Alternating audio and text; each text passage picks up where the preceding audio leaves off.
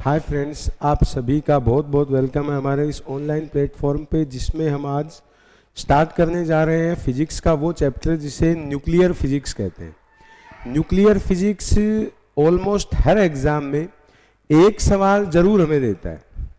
अगर कोई objective exam है, किसी भी तरह का हो, जेईई हो, एनडीए हो, नीट हो, किसी भी तरह का एग्ज़ाम, एयरफोर्स, नेवी हो, और अगर हम बात करते हैं सीबीएसई के एग्ज़ाम की, क्लास 12 के एग्ज़ाम की, तो भी रेडियो एक्टिविटी या न्यूक्लियर फिजिक्स को हमें अलग से इम्पोर्टेंस देना ज़रूरी इसलिए है क्योंकि वहाँ से सवाल हमसे ज़रूर पूछा जाएगा। रेडियो एक्टिविटी न्यूक्लियर फिजिक्स का एक पार्ट है। हम स्टार्ट करेंगे न्यूक्लियर फिजिक्स, जिसमें आगे चल के this is nuclear physics. Nuclear physics क्या है? किसी न्यूक्लियस को डिटेल में स्टडी अगर हम करते हैं तो उस फिजिक्स को कहा जाएगा न्यूक्लियर फिजिक्स।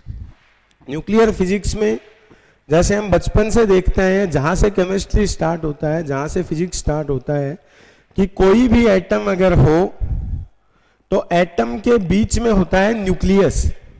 ये है न्यूक्लियस, जिसके चारों तरफ इलेक्ट्रॉन सर्कुलर ऑर्बिट में रिवॉल्व करते हैं। ये इलेक्ट्रॉन है, ये इस न्यूक्लियस के चारों तरफ सर्कुलर ऑर्बिट में रिवॉल्व कर रहे हैं। अब जब ये इलेक्ट्रॉन घूमता है, इस न्यूक्लियस के अंदर क्या होता है? प्रोटॉन है, न्यूट्रॉन है। ये न्यूक्लियस कितने तरह का हो सकता है? प्रोटॉन और न्यूट्रॉन की नंबरिंग के अकॉर्डिंग किस तरह से न्यूक्लियस को डिटेल में स्टडी करना है, ये सब जिस फिजिक्स की ब्रांच में आता है उसको बोलते हैं न्यूक्लियर फिजिक्स। हम स्टार्ट करेंगे न्यूक्लियर फिजिक्स को, जिसमें सबसे पहले बात की जाएगी न्यूक्लियस को कैसे शो किया जाता है, कहाँ इसमें प्रोटॉन दिखाए जाते हैं, कहाँ इसमें न्यूट्रॉन दिखाए जाते हैं। जैसे अगर किसी न्यूक्लियस को हमें शो करना हो तो इसको लिखा जाता है ZXA से। यहाँ जो Z है ये हमें ये बताएगा कि कोई एटम किसी पीरियोडिक टेबल में कितने नंबर पे आता है। फॉर एग्जाम्पल, जैसे लिखा हो 6 कार्बन 12, तो ये तय है कि कार्बन पीरियोडिक टेबल में 6 नंबर पे आता है, नंबर इज 6। ये ऊपर जो 12 लिखा हुआ है ये हमें बताता है नंबर ऑफ न्यूक्लियन। न्यूक्लियस में जो रहते हैं उन्हें बोलते हैं न्यूक्लियॉन्स। पहले बात करते हैं हम इस Z की। Z is number of proton और position in periodic table. Periodic table में कोई एलिमेंट कितने नंबर पे लिखा जाएगा, या हम कह सकते हैं Z से हमें पता लगता है नंबर ऑफ प्रोटॉन का। ऊपर लिखा है A, जिसको हम बोलते हैं यहां A से जो चीज लिखी गई है ये है नंबर ऑफ न्यूक्लियन। कितने प्रोटॉन हैं या कितने न्यूट्रॉन हैं, दोनों को मिला दें तो एक चीज बनती है न्यूक्लियन। न्यूक्लियन क्या है?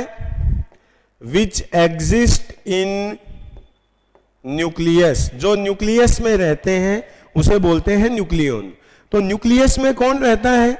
यहां है प्रोटॉन और न्यूट्रॉन, तो इन दोनों को मिलाकर बोलते हैं न्यूक्लियन। तो किसी न्यूक्लियस को कैसे शो करेंगे?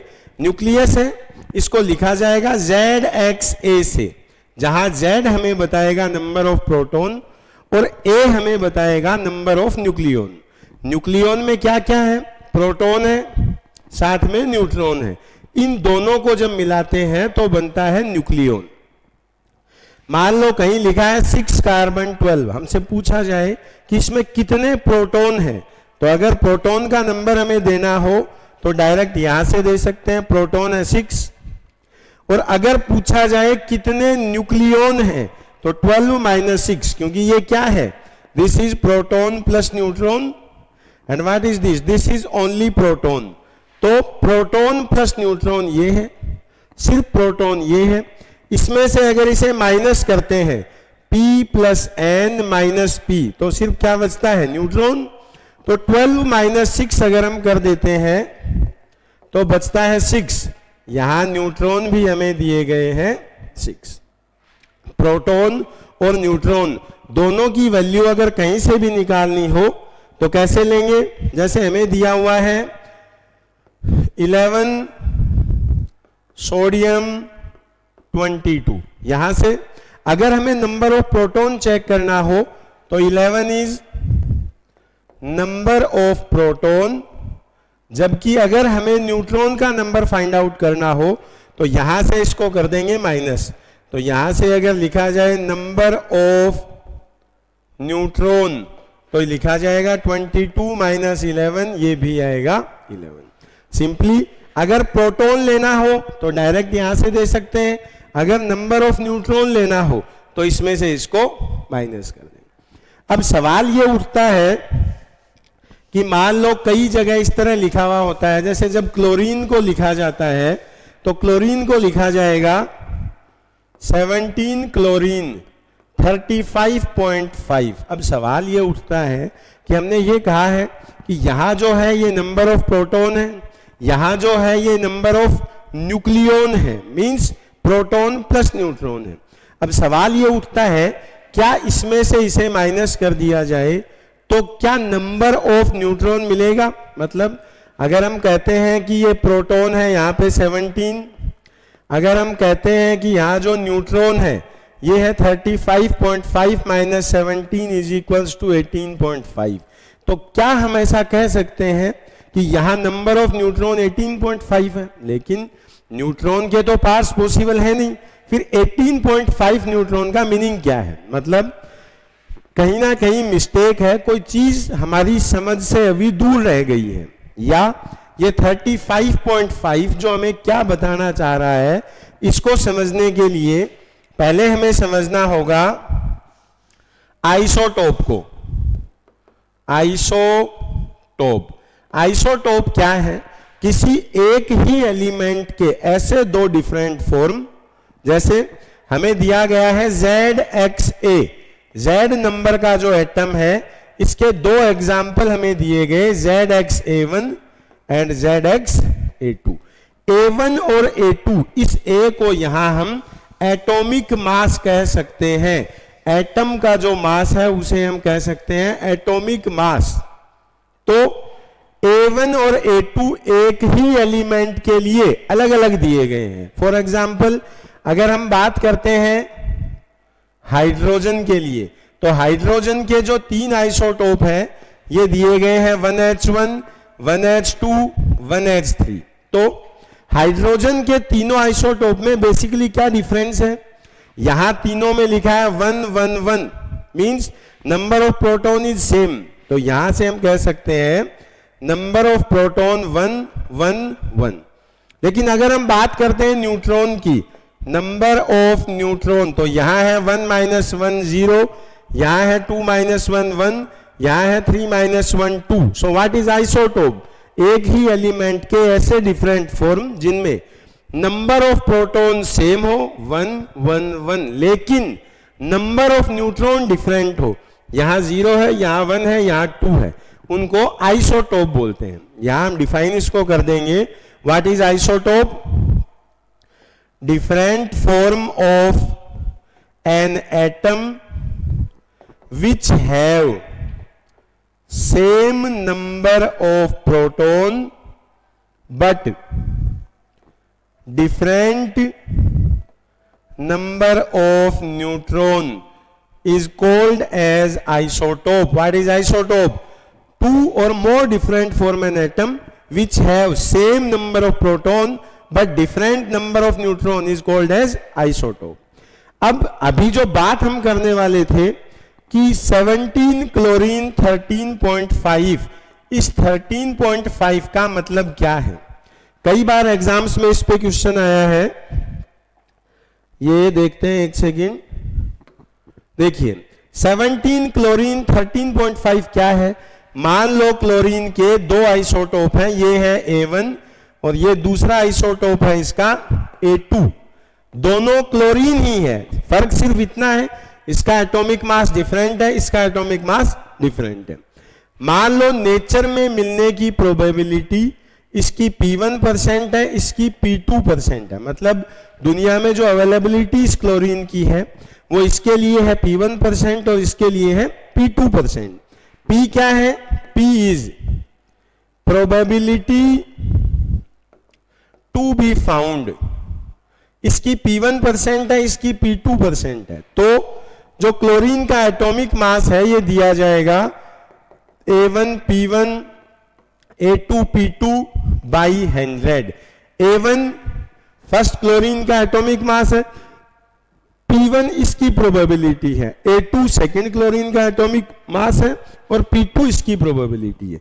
इस फॉर्मूले में वैल्यू डाल के उत्तर निकालेंगे तो हमें समझ में आएगा कि क्लोरीन के लिए ये 17 क्लोरीन 13.5 क्यों किया गया है। जैसे मान लो ये फॉर्मूला हमारे पास आया है A is equals to A1P1 A2P2 by 100। अब मान लो कोई क्वेश्चन हमें इस तरह से दिया गया है, let chlorine have 2 isotopes which are 17 chlorine 34 and 17 chlorine 36 and their probability to found is 25% and 75%. Then find value of atomic mass for chlorine. तो क्लोरीन का एटॉमिक मास क्या लेंगे? देखिए A1, यहां A1 की वैल्यू दी गई है 34 और A2 इसकी वैल्यू दी गई है 36। P1 की वैल्यू दी गई है 25% एंड P2 इज 75%। तो क्या करेंगे? A is equals to 25 into 34 plus 75 into 36 upon 100. This is A1, this is A2.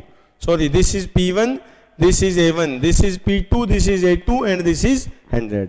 जब इसको मल्टीप्लाई करते हैं तो यहां मिलता है 3550, ये 0 यहां से लगाएंगे तो आता है 35.5।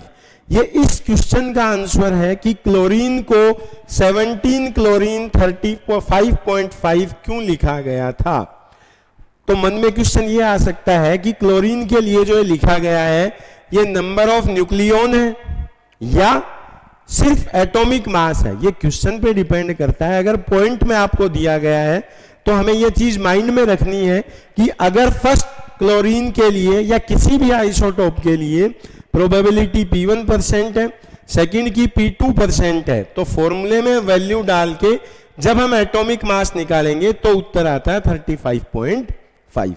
इसी पे एक क्वेश्चन और आता है, जैसे मान लो इफ Fe जिसको हम बोलते हैं iron have 2 isotopes 26Fe54 and 26Fe55 and its atomic mass is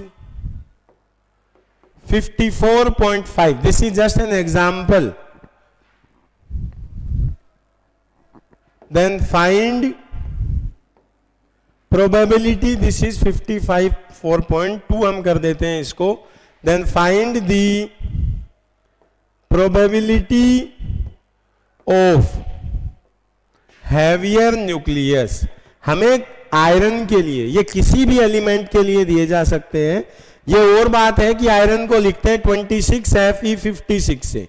फिलहाल हम सिर्फ ये सीखना चाह रहे हैं कि अगर दो अलग अलग आइसोटोप हमें दिए हो तो उनकी प्रोबेबिलिटी किस तरह से फाइंड आउट करेंगे. तो यहां से हम देख सकते हैं कि जो A1 है ये कितना दे रखा है 54 है, और जो A2 है ये कितना दिया हुआ है 55. और फाइंड आउट क्या करना है, let find the probability of heavier nucleus. This is heavier nucleus. इसकी प्रोबेबिलिटी हमें फाइंड आउट करनी है. प्रोबेबिलिटी का जो टोटल है वो हमेशा 100 होता है. अगर इसको हम P बोलते हैं तो इसको हम बोल सकते हैं 100 माइनस P. इसकी प्रोबेबिलिटी ये है. और जो एग्जैक्ट एटॉमिक मास है वो हमें दिया गया है 54.2. तो क्या लिखेंगे, फॉर्मूले में लिखेंगे A1 था A1 P1 A2 P2 by 100। अब A कितना है 54 है, फॉर्मूले में रखना स्टार्ट करते हैं। 54.2 इज इक्वल्स टू 54 इंटू, इसकी प्रोबेबिलिटी क्या ली है हमने 100 minus P, this is 100 minus P plus इसकी कितनी है 55 एंड पी, तो यहां लिखेंगे 55 पी बाई 100। जब ये 100 को इधर मल्टीप्लाई करेंगे तो आएगा 5420, इसको करते हैं तो आएगा 5400, 5400, एक सेकेंड, यहां हम लिख सकते हैं 5400 माइनस 54p प्लस 55p, इसको इधर लाते हैं तो आता है 25, 20 इज इक्वल्स टू p। तो यहां से हम कह सकते हैं कि अगर यह दिया गया था और किसी एक की प्रोबेबिलिटी हमसे पूछी जाए तो फॉर्मूला एग्जैक्ट सेम है, कोई चेंज नहीं है, सिर्फ एक की प्रोबेबिलिटी को हम p एज्यूम करेंगे तो दूसरे की ऑटोमेटिक 100 माइनस p होगी। फॉर्मूले में वैल्यू डालेंगे, आंसर सामने होगा। यहां हम समझते हैं कि किसी न्यूक्लियस के आइसोटोप क्या होते हैं, नंबर ऑफ प्रोटॉन कैसे फाइंड आउट करेंगे, नंबर ऑफ न्यूट्रॉन कैसे फाइंड आउट करेंगे। साथ में अगर दोनों चीजों का पता लग चुका है तो कंफ्यूज बिल्कुल नहीं होंगे कि जो 54.5 या 35.5 है ये एटॉमिक मास है या नंबर ऑफ न्यूक्लियॉन है।